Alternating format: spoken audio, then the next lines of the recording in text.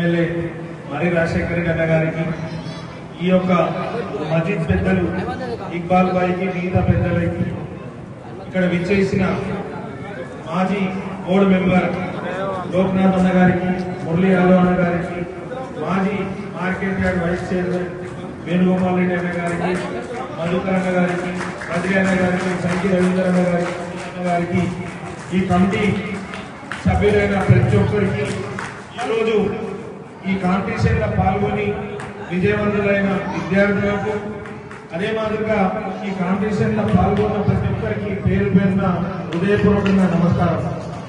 ఇది first time నేను MLA అయిన తర్వాత మల్కాజ్గిరి కాన్స్టిట్యున్సీ కంటోన్మెంట్ కావచ్చు, వేరే కాన్స్టిట్యున్సీ నుంచి కూడా అన్ని మస్జిద్లతోటి కాంపిటీషన్స్ ఏర్పాటు చేస్తే వారికి అన్ని విషయాల మీద అవగాహన వస్తుంది.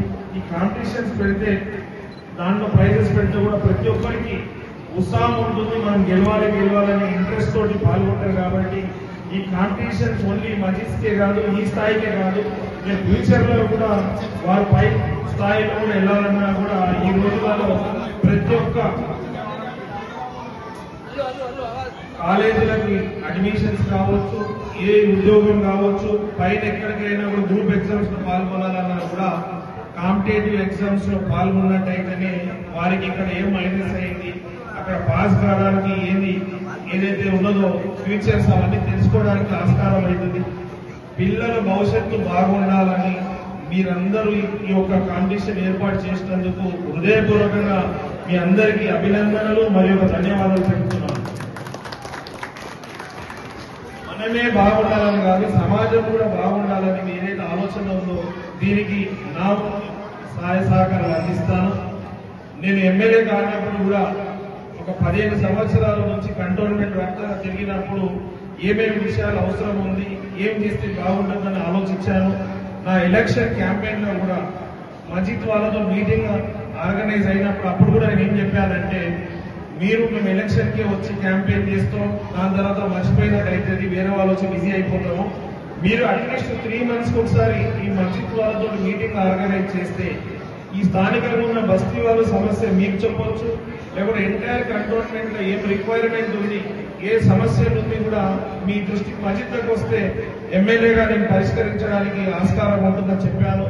ఈ రోజు మళ్ళీ ఒకసారి చెప్తున్నాను, మీరు మళ్ళీ ఈ మీటింగ్స్ ఆర్గనైజ్ చేయండి. మన పిల్లలకి చదువుతో పాటు ఎంప్లాయ్మెంట్ గురించి కూడా, బిజినెస్ గురించి కూడా. ఈ రోజు ప్రభుత్వాలు ఎవరున్నా, ఏ ప్రభుత్వాలున్నా ప్రజల గురించే ఉన్నది. కాబట్టి ఈ రోజు మైనారిటీ డిపార్ట్మెంట్స్ లో కూడా అనేక విధంగా లోన్స్ ఇస్తున్నారు, అనేక విధంగా సపోర్ట్ ఇస్తున్నారు. కాబట్టి మీరు కూడా దాంట్లో అప్లికేషన్స్ పెట్టుకొని మీ అవసరాలు తెలిపితే మేము నా కంటోన్మెంట్ కాన్స్టిట్యున్సీలో నేను చేయొచ్చు, అన్న వాళ్ళ కాన్స్టిట్యున్సీ నుంచి వచ్చిన వాళ్ళు అన్న కూడా మీకు ఇప్పించడానికి ఆస్కారం ఉంటుంది. మేమిద్దరం కూడా పనిచేయగలుగుతాం. కాబట్టి నా ఒక రిక్వెస్ట్ ఏంటంటే, మీకు ఎవరెవరికైతే రిక్వైర్మెంట్ ఉందో మీ దగ్గర తీసుకొస్తే మేము కూడా కన్సల్ట్ చైర్మన్ కావచ్చు, మంత్రి గారితో మాట్లాడి ఇప్పడానికి ఛాన్స్ ఉంటుంది. డైరెక్ట్ మాకు వస్తే ఎంత అవుతుందో లేదో కానీ మీ దగ్గరికి వస్తే మీరు కంప్లీట్ గా చేసుకొస్తారు. కాబట్టి ఇకనైనా మీరు అది చేయాలి.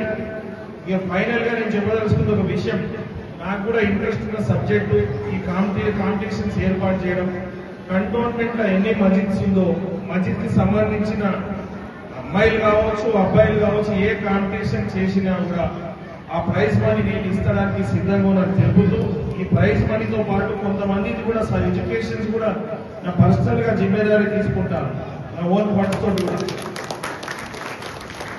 ఇలాంటి సహాయ సహకారానికి ఆయన నేను రెడీ ఉన్నాను. కాబట్టి మీరు కాంపిటీషన్స్ కంటోన్మెంట్ వ్యాప్తంగా ఏర్పాటు చేయాలి.